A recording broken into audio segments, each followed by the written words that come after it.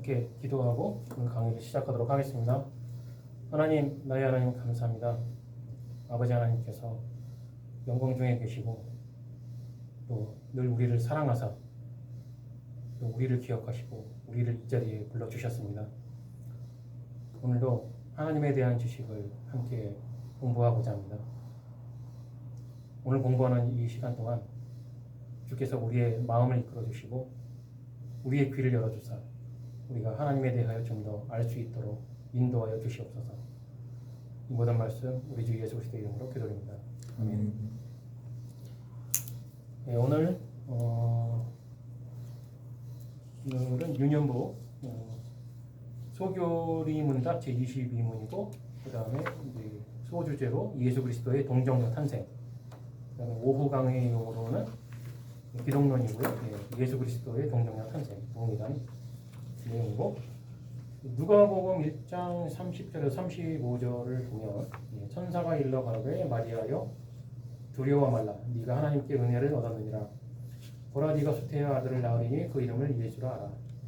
저가 큰 자가 되고 지극히 높으신 이의 아들이라 일컬을 것이요 주 하나님께서 그 조상 다윗의 위를 저에게 주시리니 영원히 야곱의 집에 왕노릇 하실 것이며 그 나라가 무궁하리라.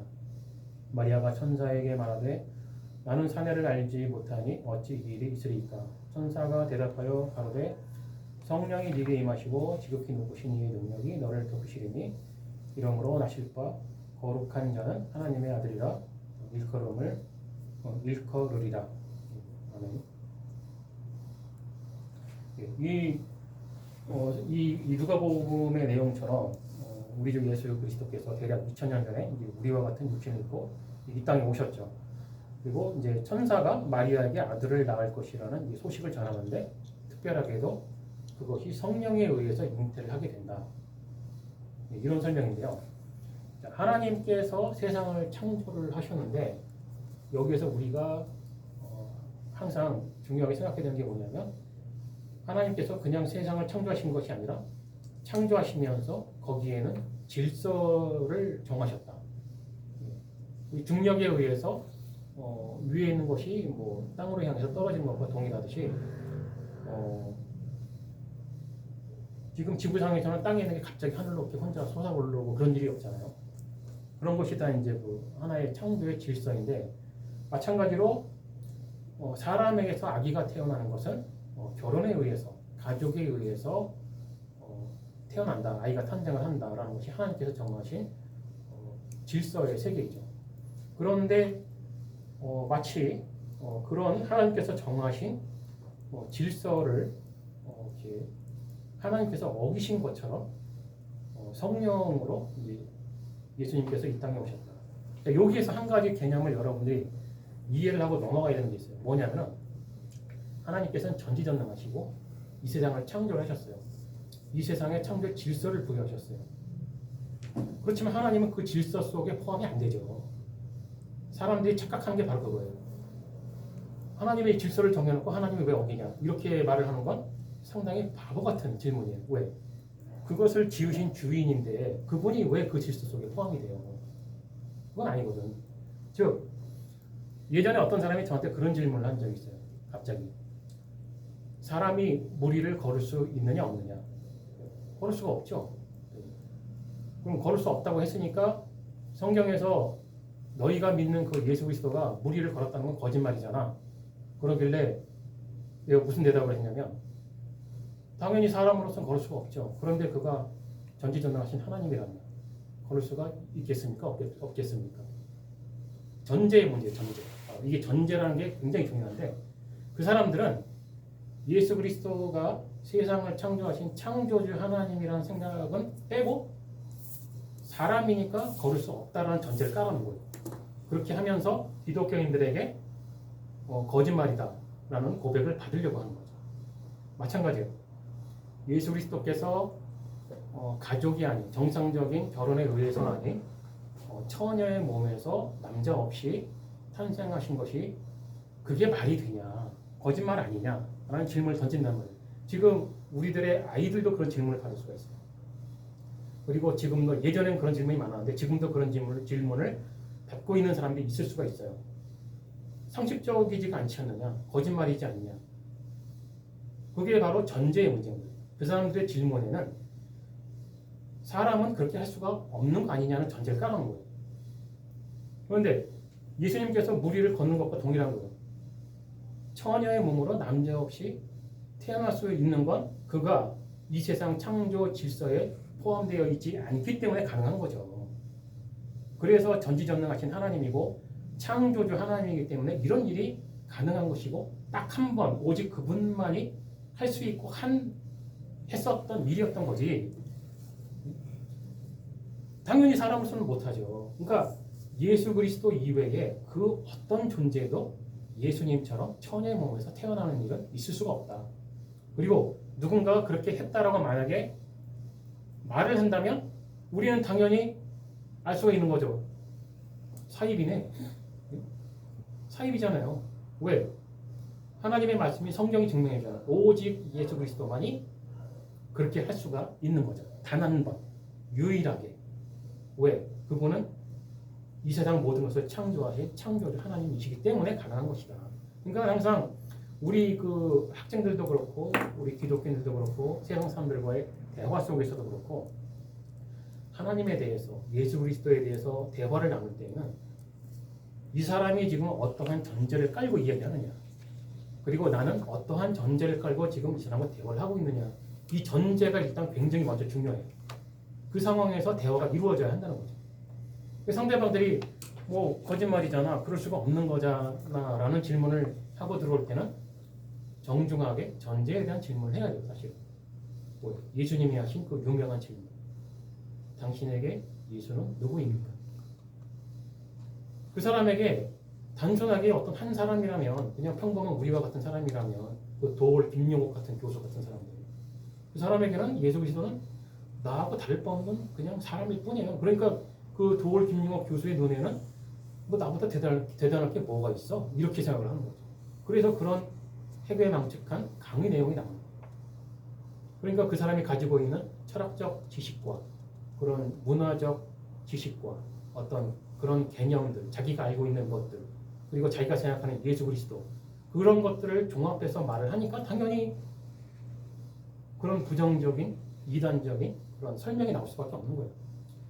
예수 그리스도를 우리가 지금까지 배운 것처럼 참 하나님이시면서 참 사람이시라는 이 내용을 나의 신앙으로 듣고 알고 배우고 믿은 상태에서 예수 그리스도에 대해서 이야기를 한다면 그런 해괴망측하고 그런 막말을 할 수가 없는 거죠.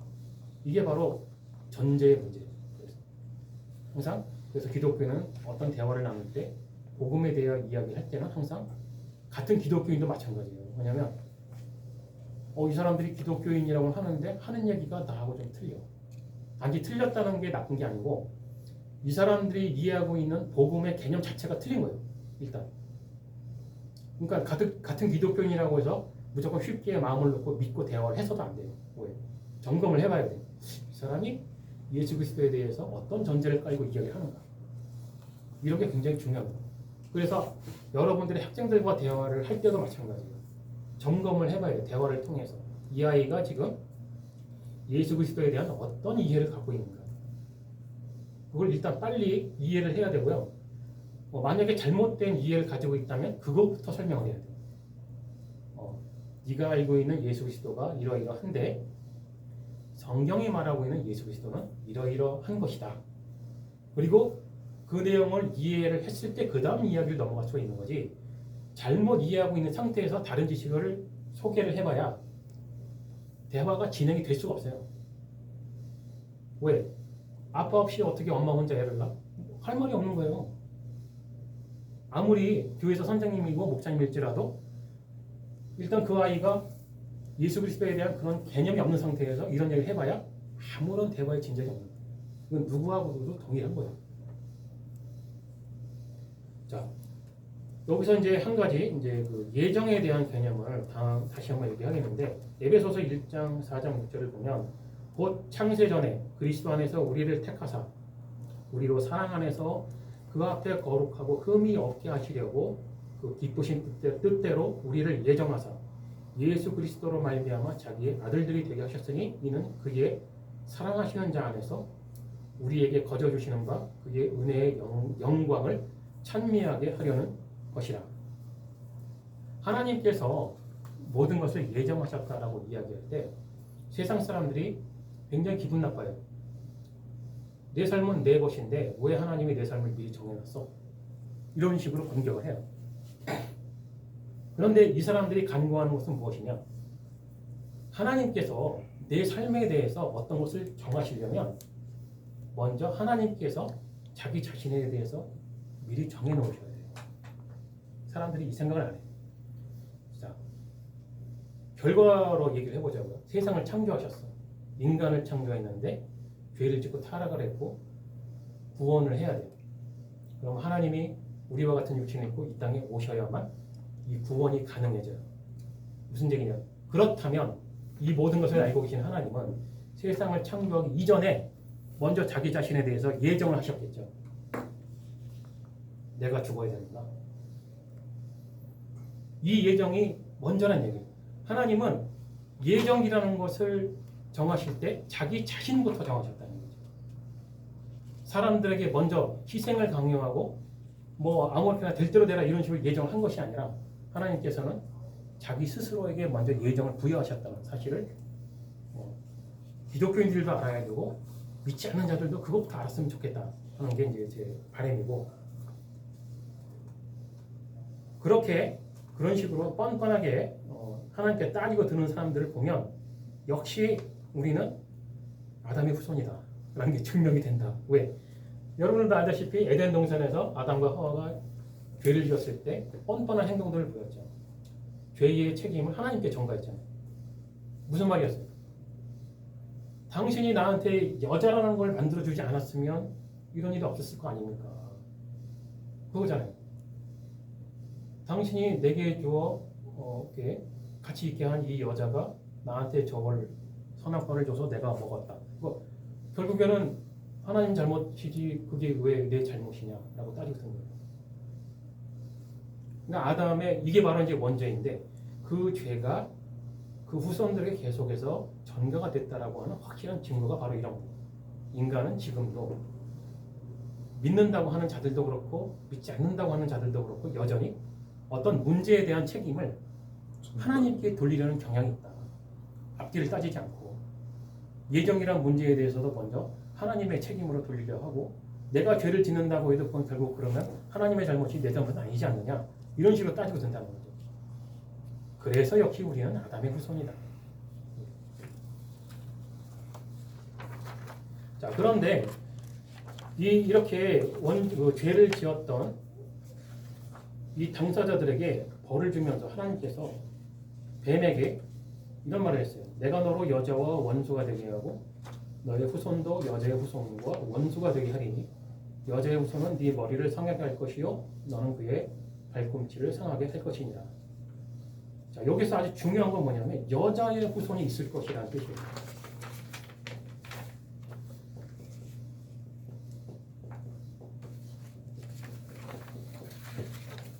예전에 그 윤영부 설교에서 제가 여자의 후손에 대해서 설교를 이제 한 적이 있었는데,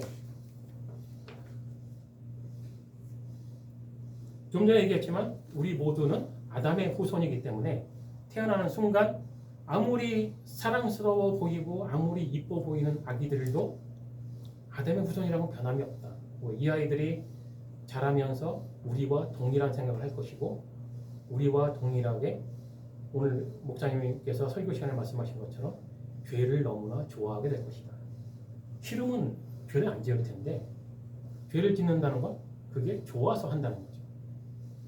그렇기 때문에 누구도 그 원죄의 그 영향 아래서 벗어날 수 있는 사람은 아무도 없다. 자, 그러면 그렇지 않은 사람이 있어야만 이 문제를 해결할 수가 있는 거예요. 자, 아까 그 여자 그 처녀의 몸에서 태어나신 예수 그리스도에 대한 질문과 반문에 대한 그 질문과 그 해답에 대한 설명을 했는데 전제를 이야기했잖아요. 예수 그리스도를 누구라고 생각하느냐에 따라서 그 대답이 달라지고 생각이 달라진다. 그런데 그 이전에 또 하나님께서 정하신 바가 바로 여자의 후손이라는 거죠. 왜? 죄 지은 자들의 죄 문제를 해결하려면 죄 없는 자가 그들을 대신해서 피를 흘려야만 한다는 거죠. 그러려면 아담의 후손이 아니어야 되는 거예요. 아담의 후손 중에는 누구도 그 일을 감당을 할 수가 없다는 게 하나님의 법인 거예요. 그래서 여자의 후손이 있을 것이라는 예언을 하신 것이고, 그래서 영원하신 성자 하나님께서 우리와 같은 육신을 입고 이 땅에 오신 거죠. 고린도전서 2장 9절의 말씀처럼 기록된 바 하나님이 자기를 사랑하는 자들을 위하여 예비하신 모든 것은 눈으로 보지 못하고 귀로도 듣지 못하고 사람의 마음으로도 생각지 못하였다 함과 같으니라. 이스라엘 사람들은 구약 시대 사람들은 구원자가 올 것이라만 알고 있었어요. 왜 그렇게 예언을 받았습니까? 그렇다고 하나님이 직접 올 거라는 생각은 못한 거죠. 구원자가 오긴 올 건데 아마도 다윗 왕 정도 되는 영웅이 오지 않을까. 그러니까 이스라엘 사람들이 예수님이 오셨을 때도 다윗 같은 이미지를 떠올리면서 구원자가 아닌 것 같아라는 생각을 했던 게 잘못된 건 아니에요. 왜? 그 사람들이 구약 시대 때부터 받았던 예언의 말씀대로 하자면 그런 이미지였던 거예요, 사실은. 그런데 그렇다고 해서 하나님께서 그거를 얘기를 안 하셨느냐? 그거는 아니거든요. 분명히 그 구원자가 하나님일 거라는 말씀을 하세요. 그런데 사람들은 그런 건 귀에 잘 안 들어오나 봐요. 이게 바로 이것도 어떻게 보면 하나의 선택인데 하나님의 말씀은 들을 수 있는 자만 들어요. 왜냐하면 구약의 선지자들 중에서 그 부분의 말씀을 분명히 알아들은 사람들이 있었어요. 대표적인 사람이 이사야 선지자예요. 다른 선지자들도 동일하게 알아듣긴 했는데 그게 확실히 그렇다라고까지 말을 한 건 이사야 선지자라고.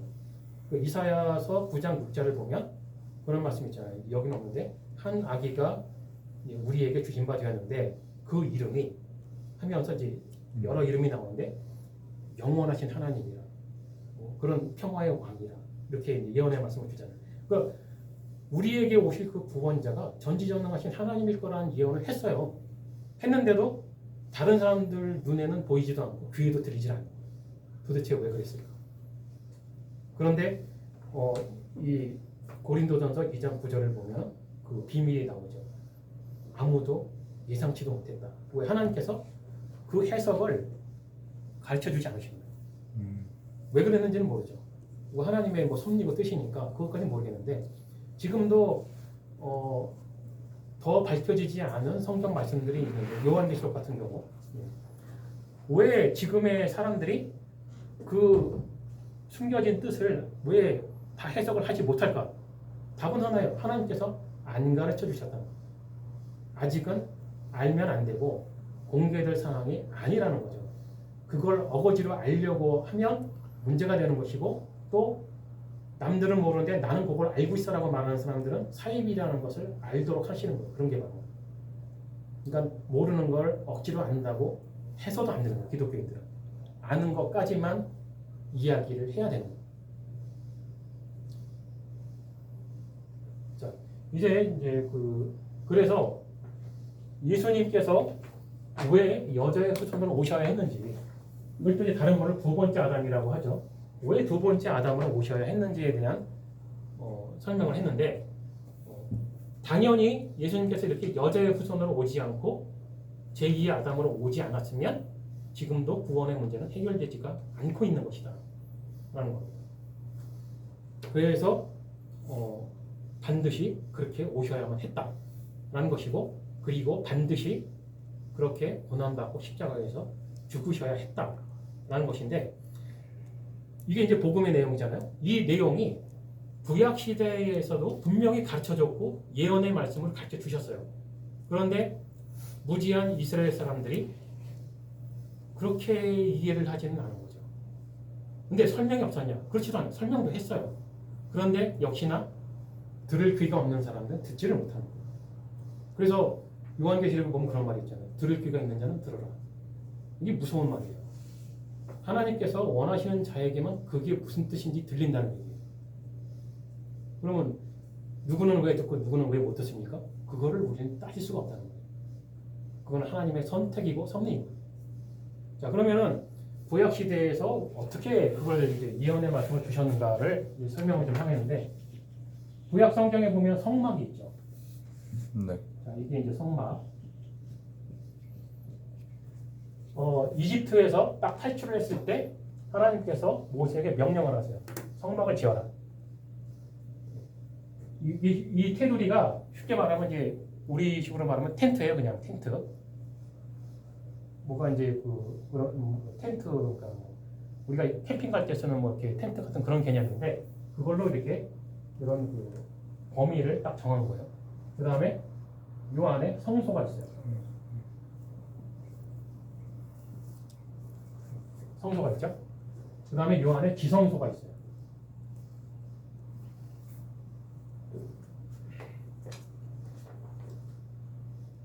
지성소가 있는데, 자, 이 제도가 바로 예수 그리스도에 대한 예언이에요. 자, 이 예언, 여기에서 가장 먼저 여러분들이 이해해야 되고 알아야 되는 게 뭐냐? 바로 삼위일체 하나님에 대한 존재예요. 자, 여기 세 부분으로 나눠져 있죠. 성막, 성소, 지성소. 바로 이 제도 자체가 성삼위일체 하나님에 대한 가르침이에요. 왜? 여기에서 하나님께서 이스라엘 백성을 만나겠다고 하셨잖아요. 자, 이 주변에 이스라엘 백성들이 자기네 숙소를, 텐트를 쳤어요. 이렇게 세 지파씩 이렇게 텐트를 쳤는데 하나님의 백성들이 하나님 중심으로 사는 삶의 형태를 가리키는 거예요. 이게. 그럼 이들 속에 있는 하나님의 존재는 성삼위일체 하나님으로 존재하시는 거예요. 그런데 여기에서 이들의 죄를 속죄하기 위해서 어린 양 한 마리가 밖에 있잖아요. 지금 이 밖에서 제사장들에 의해서 안으로 끌려 들어오죠. 끌려 들어오고 여기서 이 뜰에서 죽임을 당해요. 죽임을 당하고 피를 흘리고 그 다음에 가죽이 벗겨지고 이런 죽음을 당한단 말이에요. 바로 이 어린 양. 그래서 세례 요한이 예수 그리스도를 보자마자 한 소리가 보라 세상 죄를 지고 가는 하나님의 어린 양이로다 라는 말을 한 거예요. 이걸 모르고 세례 요한의 글을 읽으면 그냥 나를 위해서 고난받고 죽은 예수님 정도밖에 생각을 안 해요. 근데 이 설명을 알고 나면 세례 요한이 왜 그런 말을 했는지, 그러니까 세례 요한의 그 한마디 그 말에는 어마어마한 신학적인 지식이 들어가 있는 거예요. 1년 된 순양이에요. 1년 된 순양인데 1년 된 순양이 그 양 중에서 가장 상태가 좋은 양을 말을 하는 거예요. 사람의 나이로 치면 바로 30세. 예수님께서 30세에 공생을 시작하시죠. 자, 이 안에 끌려 들어오는 것 자체가 일단 고난이에요. 왜? 동물들도 알아요. 자기가 곧 죽을 거라는 걸. 여러분들 그런 말 많이 들어봤죠. 도살장에서 보면 돼지나 소가 끌려갈 때 운다고 하잖아요. 자기들도 죽음을 직감을 한다고요. 어린 양도 여기를 딱 끌려 들어갈 때 자기 죽을 걸 안단 말이에요. 고통스러워 한다고. 이거 자체가 고난이고 이 안에서 칼에 찔려 죽고 피 흘려 죽고 하면서 죽음을 당하게 돼요. 이것이 바로 예수 그리스도께서 고난받고 십자가에 쳐서 죽으시는 그 죽음을 상징을 하는 거예요. 그 다음에 이 안에 지성소 안에 세 가지가 있죠. 언약궤가 있는데 언약궤 안에 십계명의 두 돌팔, 그 다음에 아론의 쌍난 지팡이, 그리고 만나의 씨앗이 있죠. 만나가 있죠. 이렇게 세 가지가 있는데 이 또한 성삼위일체 하나님을 상징하는 그런 뜻이죠. 그런데 이러한 분명한 계시의 말씀, 하나님의 존재에 대한 설명을 했음에도 불구하고 이스라엘 사람들은 단일신으로 생각하잖아요. 반성론으로 생각한단 말이에요. 이런 게 바로 참된 지식에 대한 이해가 없으면 그런 오해를 할 수밖에 없다. 그렇게 해서 이 사람들이 이 어린 양을 죽이면 1년치 죄를 용서를 받아요. 이스라엘 사람들이. 그러면은 왜 1년치 죄만 용서를 받았냐? 그림자니까. 이거는 예언의 말씀이잖아요. 이 어린 양이 예수 그리스도는 아니잖아요. 그러니까 예수 그리스도가 이렇게 죽으실 것이라는 예언을 상징하기 때문에 1년치 효력이 있었던 것이고, 이 예언의 말씀대로 예수 그리스도께서 정말로 우리와 같은 육신으로 오시고 여자의 후손으로 오시고 제2의 아담으로 오셔서 고난받고 십자가에서 못 박혀 죽으시고 우리의 죄값을 치루어 주셨을 때 딱 한 번의 제사로 인간의 원죄의 문제를 해결하신 거예요. 바로. 야, 근데 오해하지 말아야 되는 거는 그렇다고 해서 인간의 원죄의 문제가 깜짝같이 사라졌느냐? 그거는 아니라는 얘기죠. 왜? 사람이 구원을 받는 건 그 원죄가 깜짝같이 사라졌기 때문에 용서를 받고 구원받는 게 아니고 예수 그리스도의 이 죽음 때문이에요. 아버지 하나님께서는 세상의 법을 정하셨고 질서를 정하셨기 때문에 죄 지은 인간은 당연히 죽어야 돼요. 이거는 변함이 없어요. 이게 바로 행위 언약에 대한 설명 예전에 했죠. 그 행위 언약은 지금도 동일해요. 원죄를 짓고 태어난 모든 인간은 다 죽어야 돼요. 벌 받고. 그런데 예수 그리스도께서 자기의 백성들, 아버지 하나님께서 선택하신 그 사람들을 위해서 죄 없는 성자 하나님이 죽으셨기 때문에 아버지 하나님은 그 성자 하나님 때문에 다른 사람들의 죄가 없는 걸로 하겠다는 거예요. 죄가 없는 게 아니고 여전히 예수님을 믿고 하나님을 믿는다고 말은 하지만 그래도 그들의 원죄는 사라지지 않고 여전히 죄인이에요. 나도 그렇고 여전히 죄인인데 그럼 나는 어떻게 구원을 받았는가? 바로 예수님 때문에. 괜히 예수님이 구원자가 아니에요. 아버지 하나님께서 당연히 나한테 벌을 주셔야 되는데 예수 그리스도께서 나를 위해 죽으셨다고 하는 그 사실 때문에 하나님께서는 받아들일 수밖에 없어요. 그게 하나님의 법이에요. 왜? 죄 없는 사람이 죄 있는 자를 위해서 대신 죽었으니까. 왜? 하나님께서 정하신 질서예요.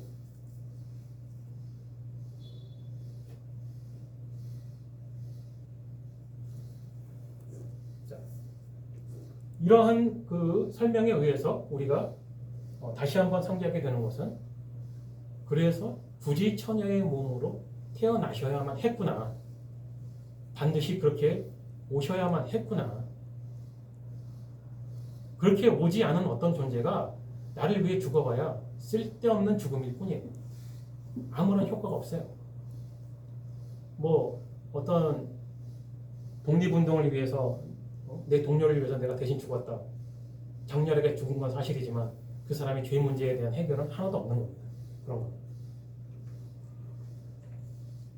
그리고 여기서 한 가지 더 우리가 알아야 되는 건 뭐냐면 하나님께서 인정할 수 없을 만큼 우리의 믿음은 그렇다는 거예요. 우리가 하나님을 믿는다고 하고 예수님을 믿는다고 하지만 하나님 보시기에 우리의 믿음은 인정받을 만한 믿음이 되지는 못한다. 그래서 이런 말이 있는 거예요. 히브리서 4장 15절. 우리에게 있는 대제사장은 우리 연약함을 체휼하지 아니하는 자가 아니에요. 모든 일에 우리와 한결같이 시험을 받은 자가되 죄는 없으십니다. 우리와 동일한 육체를 가지고 이 땅에 오신 예수 그리스도께서 죄는 없어요. 원죄가 없어. 우리 같은 죄가 있는 분이 아니에요. 그런데 나머지는 다 똑같다는 얘기예요. 우리처럼 배고픔을 느꼈고 졸릴 땐 잤고 피곤할 때는 하고 이제 누우셨고 뭐 배 아프면 화장실 가셨고 슬플 땐 울었고 기쁠 땐 웃었고 우리하고 동일하다는 거예요. 우리의 생각과 우리의 사정을 다 안다는 건데 근데 사람들은 이런 말을 할 때 무슨 생각하냐면 지금 현재 내가 당하고 있는 어려움 어떤 고통스러움 이런 걸 안다라고 해석을 해요. 근데 이 부분에서 말하는 그건 그런 게 아니에요. 뭐냐? 우리들의 어리석음, 우리들의 한계, 우리가 믿고 있다고 하는 정신승리. 믿음의 종류가 여러 가지가 있는데요. 방금 말한 것처럼 참 믿음은 있어. 참 믿음이 있는데 나머지는 뭐냐? 거짓된 믿음, 망상적인 믿음, 헛된 믿음 등등 다양한 믿음이 있어요. 근데 사람들은 그 믿음도 믿음이라 생각하고 자기 믿음에 의심이 없어. 나는 분명히 예수님을 믿고 있으니까 구원 받은 거야 라고 하는 정신승리를 하고 있어요. 이거를 안다는 거예요, 예수님이. 왜? 사람에게는 오감이 있잖아요. 시각, 청각, 후각, 미각, 촉각. 이게 뭐냐? 이것으로 우리들의 뇌로 정보가 들어와요. 세상에 대한 해석을 한다는 거예요. 세상에 내 눈에 보이는 모든 것. 문제는 뭐냐? 내 눈에 보이지 않는 게 있다는 거죠. 그리고 내 귀로 들리는 모든 것에 대한 해석을 해야 돼, 뇌가. 중요한 건 내 귀에 들리지 않는 소리가 있다는 거죠. 만약에 지구에 자전하는 소리를 들으면 우리는 살 수가 없어요. 그걸 못 들으니까 살고 있는 거예요. 우리의 후각도 마찬가지, 미각도 마찬가지, 촉각도 마찬가지, 사람이 가지고 있는 정보를 수집할 수 있는 이 모든 것들은 정확한 게 없다는 거예요. 일부는 정확하죠. 뭐 맛있는 건 맛있는 거니까. 근데 중요한 건 우리들의 능력치, 그 오감을 통해서 받아들인 세상에 대한 해석이 정확하냐? 아니라는 거죠. 첫째, 언어의 한계가 있잖아요. 하나님께서 왜 계시의 말씀으로 우리에게 성경을 주셨을까? 하나님의 언어는 사람이 알아들을 수가 없어요. 뭐 되면은 그렇게 하고 싶겠지만 인간이라는 이 생명체 자체가 거기까지가 한계란 말이에요. 사람의 언어는 알아들을 수 있어도 신의 언어는 알아들을 수가 없어요. 그럼 하나님을 설명할 때 사람의 언어로 설명을 해야 되겠죠. 그러면 사람의 언어와 문자로 사람이 딱 그 정보를 받아들이면 우리의 뇌 속에서는 그때부터 혼란이 와요. 왜? 각 나라별로, 각 민족별로 자기들이 알고 있는 문화적인 지식이 있고 과거에 알고 있었던 종교적인 지식이, 철학적 지식이 있단 말이에요. 그러면 하나님 예수 그리스도라는 단어를 딱 듣는 순간 자기가 기존에 가지고 있던 지식을 바탕으로 해석을 하기 시작해요. 그거를 제대로 활용한 게 천주교예요. 천주교는 각 나라별로 들어갈 때 전도를 할 때마다 그 나라 특성에 맞게 해요. 딱 하나를 고집을 하질 않아. 불교가 있는 나라면은, 민족이면은 성경을 가지고 들어가면서 성경에도 그런 말이 있어.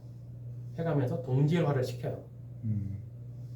뭐 술을 그 나라는 술을 굉장히 좋아하면은 술 마셔도 되지 왜 안 돼? 그다음에 뭐 다른 자기네가 이해할 수 없는 어떤 문화나 관습이 있는 곳이 있으면 그것도 인정을 해줘요. 그거 그대로 해. 누가 하지 말래? 그러면서 그것도 하면서 예수도 믿어라. 개혁주의가 골치 아픈 게 그거예요. 다 무시한다는 거예요. 왜? 진리는 한계니까. 왜? 이거는 타협이 안 된다. 삼위일체로 존재하시는 그 하나님은 오직 한 분 하나님인데 너희들이 비슷하게 상상하고 있는 그 신은 아니야. 근데 로마 가톨릭은 같은 경우에 어떻게 말하냐? 그런 거야. 얼마나 쉬워요. 타협이 쉽지 않아. 근데 개혁주의, 이 정통주의는 뭐냐? 아니야. 끝까지 해보자. 이런 이 전도가 잘 안 되는 거예요, 사실은. 왜? 자기들이 기존에 알고 있던 지식을 무너뜨리려고 하니까 반항감이 생기는 거예요. 그래서 하나님의 백성은 나라와 민족에 관계없이, 성별도 관계없이, 나이도 관계없이 하나님의 선택하신 그 사람들이 하나님의 백성인 거예요. 왜? 그 사람들에게만 하나님의 말씀이 들려요. 이게 하나님께서 정하신 선택이고 질서예요.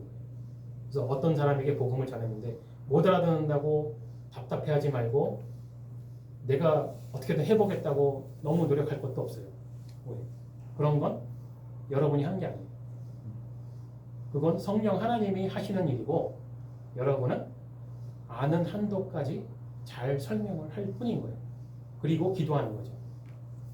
그 사람들을 위해 또는 어떤 한 사람을 위해서 하나님 저 사람을 불쌍하게 여기시옵소서. 이런 기도를 하는 거지. 자 이제부터 내가 이 머리를 이 생각을 한번 개조를 해볼까 하고 뭐 메스를 든다든지 가위를 든다든지 억지로 변화시켜보겠다고 막 노력을 한다든지 그 마음은 가상하나 다 쓸데없는 짓이다. 성경이 분명히 이렇게 말을 하고 있어요. 다 쓸데없는 짓이다. 오죽하면 전도가 참 미련한 방법이다라고까지 성경은 말을 할까.